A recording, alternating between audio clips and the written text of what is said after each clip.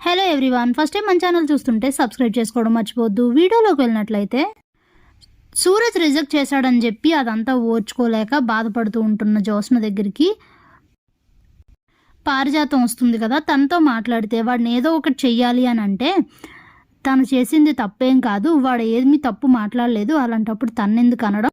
నేను ఓర్చుకోలేని విషయం ఏంటంటే సూరజ్ నన్ను రిజెక్ట్ చేయడం, వాడు మాట్లాడినవన్నీ నిజాలే గ్రాని, అలాంటప్పుడు వాడిని అనాల్సిన అవసరం ఏం లేదు అని అంటే ఇదేంటి కొత్తగా మాట్లాడుతుంది, కొంపదీసి సూరజ్తో లవ్లో పడలేదు కదా అని ఆలోచిస్తూ ఉంటుంది పారిజాతం. నువ్వు ఇక్కడి నుంచి వెళ్ళిపో, నన్ను ఒంటరిగా వదిలే అని చెప్తుంది జ్యోత్స్న. ఇక అక్కడి నుంచి వెళ్ళిపోతుంది పారు. ఆలోచిస్తూ బాధపడుతూ ఉంటుంది జ్యోత్స్న. మరుసటి రోజు ఉదయాన్నే యథావిధిగా అందరూ ఆఫీస్కి అయితే వస్తారు. సూరజ్ కూడా అవుట్ హౌస్లోనే ఉంటాడు, అలానే ఆఫీస్కి కూడా వస్తాడు. కానీ జ్యోత్స్నతో మాత్రం అస్సలు మాట్లాడకుండా తన పని తను చేసుకుంటూ ఉంటాడు. ఇక జ్యోత్స్నతో మాట్లాడకపోవడం, తనని ఇంతకు ముందులా చూడకపోవడం ఓర్చుకోలేకపోతుంది.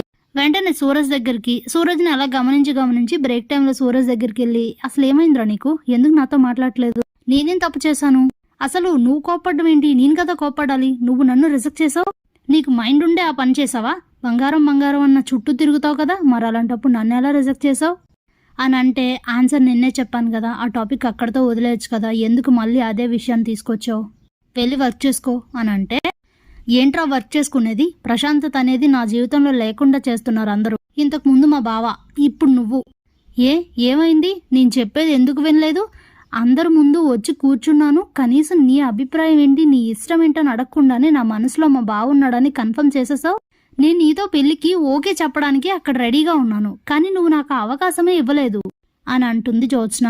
ఏంటి, పెళ్లికి ఓకే చెప్పడానికా, ఎలా ఓకే చెప్తావు, మనసులో మీ భావన పెట్టుకొని పైకి మాత్రం ఇష్టం ఉన్నట్టు నటిస్తూ ఓకే చెప్తే అది మనం లైఫ్ లాంగ్ హ్యాపీగా ఉంటామా, నువ్వు ఆలోచించలేదు ఆ విషయం అని అడిగితే, అది కాదు సూరజ్, నా మనసులో మా బావ ఉన్నాడన్నమాట నిజమే, కానీ అది ఇప్పుడు కాదు, ఒకప్పుడు, ఇప్పుడు నా మనసులో నీకు తప్ప ఎవ్వరికీ స్థానం లేదు, అదే చెప్దాం అనుకుంటుంటే, పెళ్ళికి ఓకే చెప్దాం అనుకుంటుంటే నువ్వు నా మాట వినకుండా నా అభిప్రాయం అడగకుండా నన్ను రిజెక్ట్ చేసేసావు అని అంటే, చూడు జ్యోత్స్న, నేను ఆ మాత్రం అర్థం చేసుకోలేనంత పిచ్చివాడిని కాదు, ఇప్పటిదాకా నీ ప్రవర్తన అంతా చూసిన వాడిని, నువ్వేంటో బాగా తెలిసిన వాడిని, నాకు దగ్గర మాత్రం లేనిపోనివి చెప్పకు, మీ పేరెంట్స్ కన్విన్స్ చేస్తే ఇప్పుడు నువ్వు వచ్చి నాతో ఇలా మాట్లాడుతున్నావని తెలుసు, ఇప్పటిదాకా నీ ప్రవర్తన అంతా చూశాను, మొన్నొచ్చి అంత అవమానించావు అంతా చూశాను, అదంతా కాదని అదంతా కోపంతో చేసి ఇప్పుడు నేనంటే ఇష్టం అంటే నమ్ముతాను అనుకుంటున్నావా అని అడుగుతాడు సూరజ్.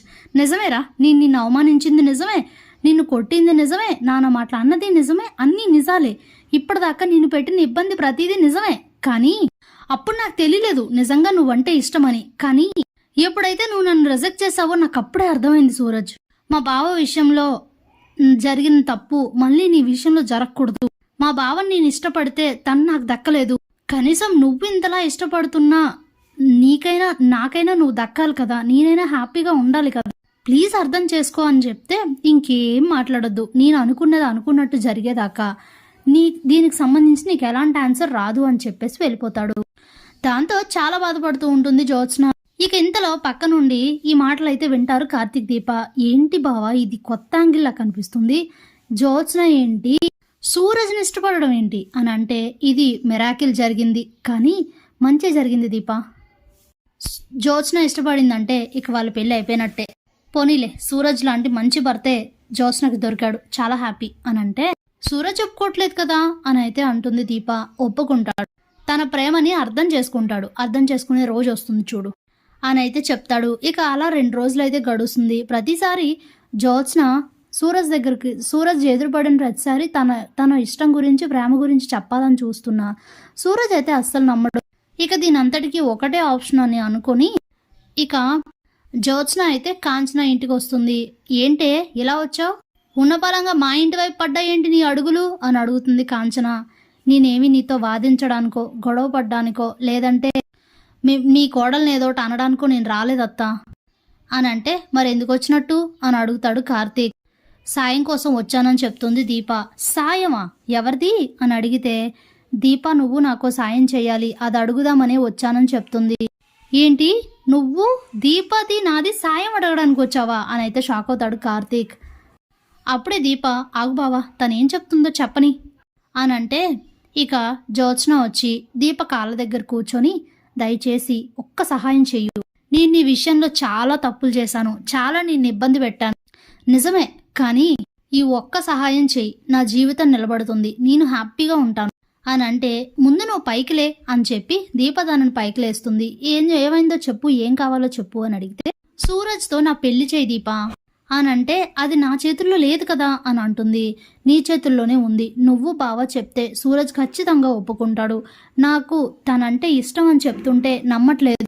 ఎవరో నాతో ఇలా చెప్పిస్తే నేను చెప్తున్నానని అనుకుంటున్నాడు తప్ప తనంటే నాకు ఇష్టం అంటుంటే నమ్మట్లేదు అని అంటే, చూడు జ్యోత్స్న, ఇది మా చేతుల్లో లేదు, నీ చేతుల్లోనే ఉంది. కానీ నీకు సపోర్ట్గా నిలబడతాం, అది మా బాధ్యత.